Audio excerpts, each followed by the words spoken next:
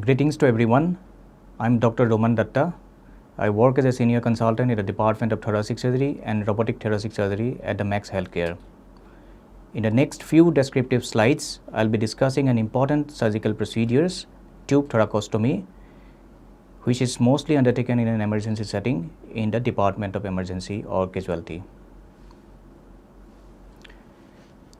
Tube thoracostomy is a surgical insertion of a hollow, flexible plastic tube through the chest wall into the pleural cavity to drain fluid or the air.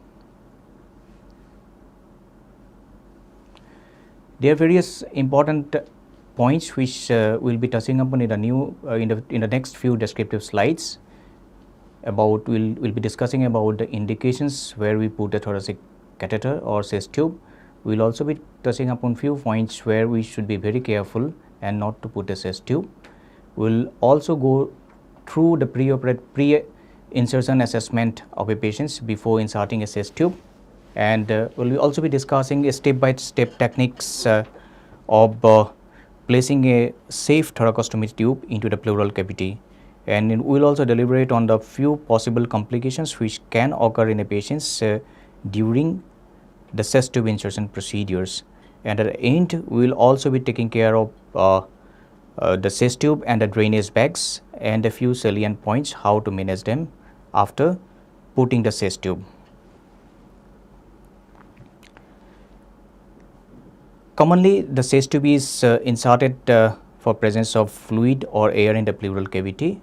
The presence of air is known as pneumothorax, which can be a spontaneous pneumothorax, or it could be a secondary to some kind of a diseased lung or a traumatic pneumothorax.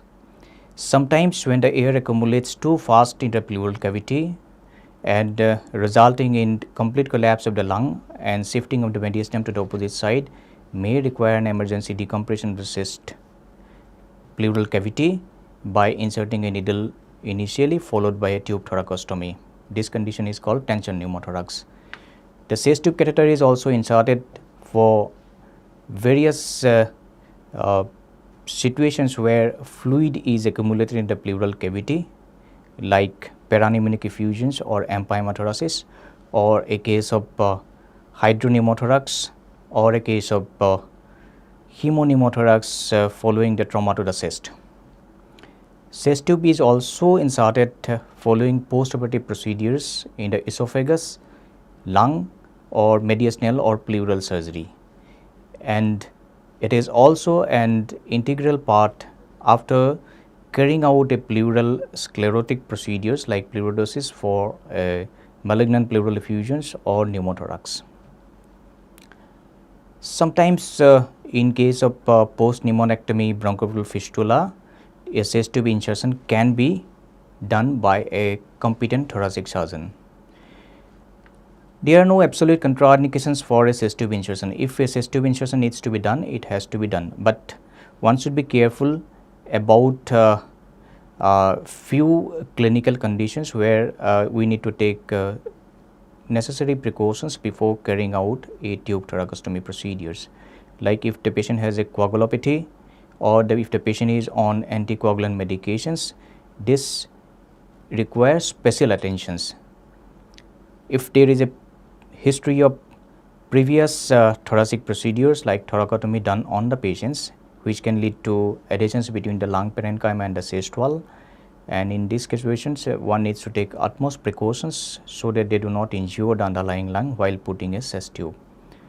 One should also be careful about the possibility of an eventration of diaphragm or the presence of diaphragmatic hernia, where one can put a chest tube into through the diaphragm into any intestinal organs. A student needs to understand a thorough pre-operative pre-procedure assessment of the patients, and it is usually done through imaging study with a chest X-ray, and if it is required, then one can go ahead with an ultrasound of the chest or a computed tomography of the chest.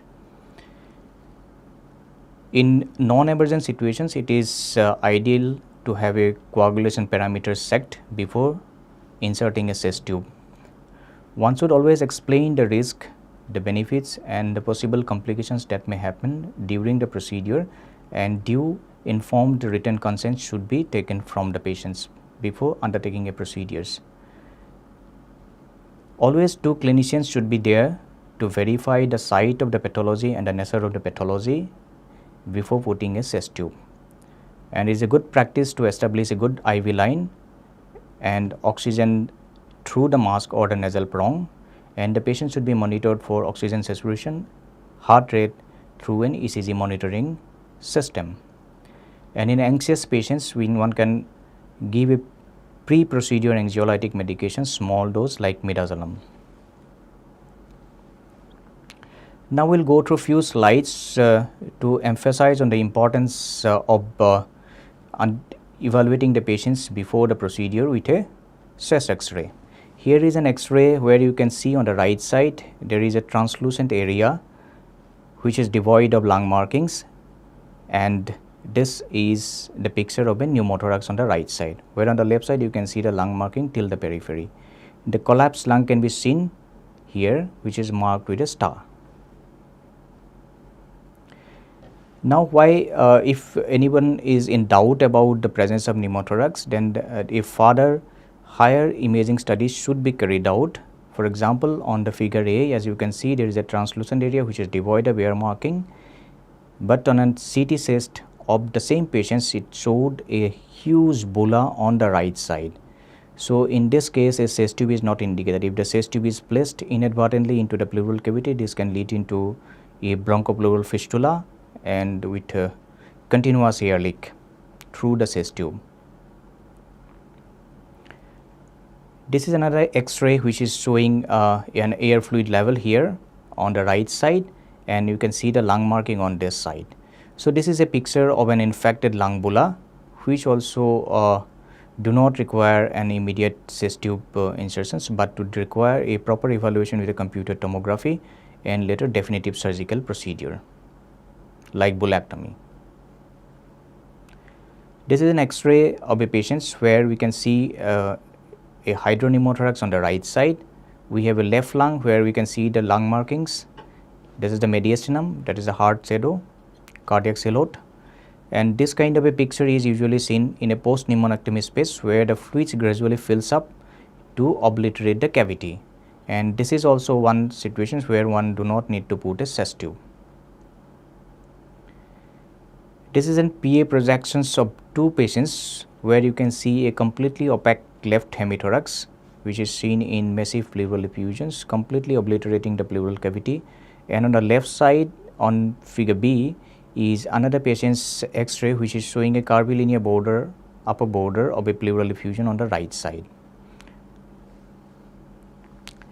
In cases of complete obliterations or complete opacifications on one hemithorax, if one is doubtful about the presence or absence of fluid, it is a good practice to carry out an ultrasound to see the nature of fluid collections in the pleural cavity. These are two X-rays of two different patients where we can see a loculated pleural effusions on by the side of the chest wall. This kind of a picture is usually seen in case of loculated pleural collections or empyema thoracis, which can be drained by putting a catheter under ultrasound guidance. This is one situation where one should always undertake an ultrasound evaluations for proper site marking before inserting a chest tube. This is a picture to emphasize the importance of ultrasound evaluation of the chest in a case of pleural effusions. As you can see, this anechoic dark area which is the pleural effusions, free pleural fluid in the pleural cavity. Also you can see the diaphragm, and you can see the moving lung and the diaphragm here.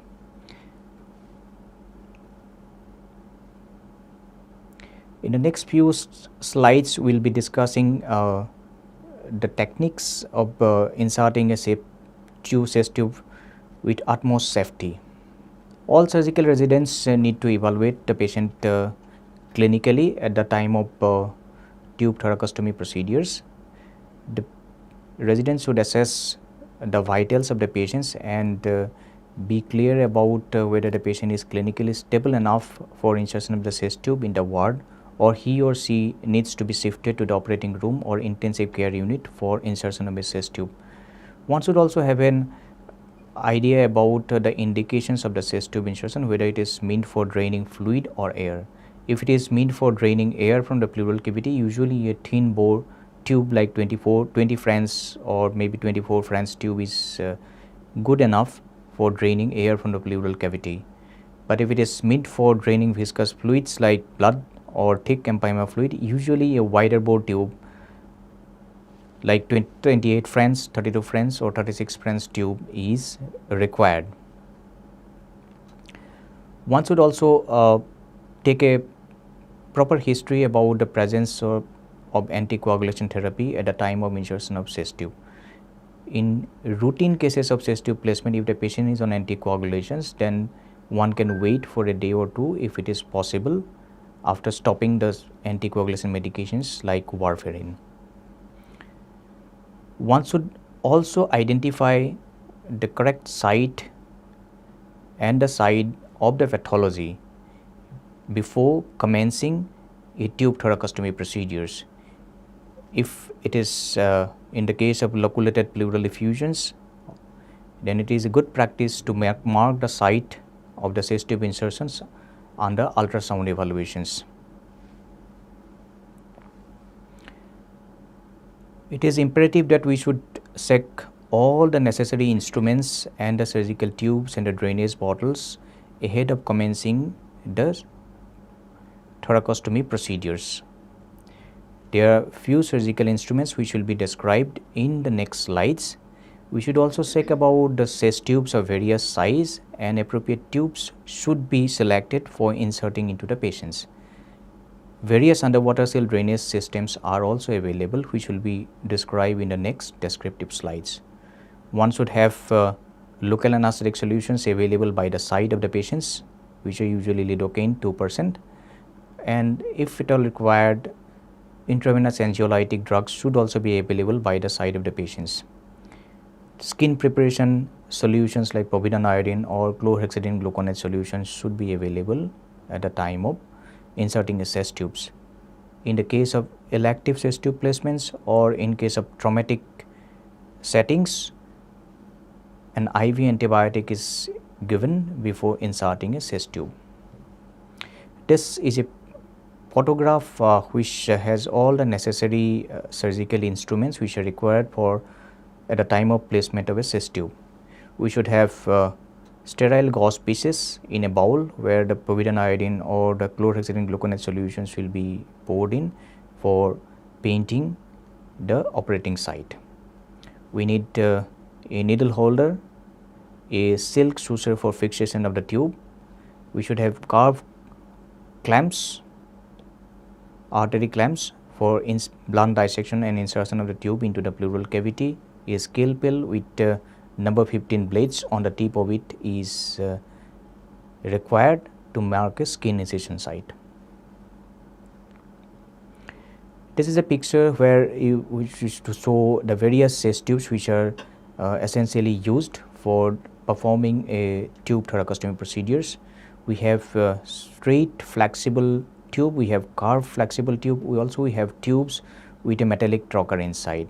As you can see, the chest tube has few draining holes at the tip of at the end of the chest tube, and on the tail end it has a tapered end which is cut and connected into a underwater drainage collecting system.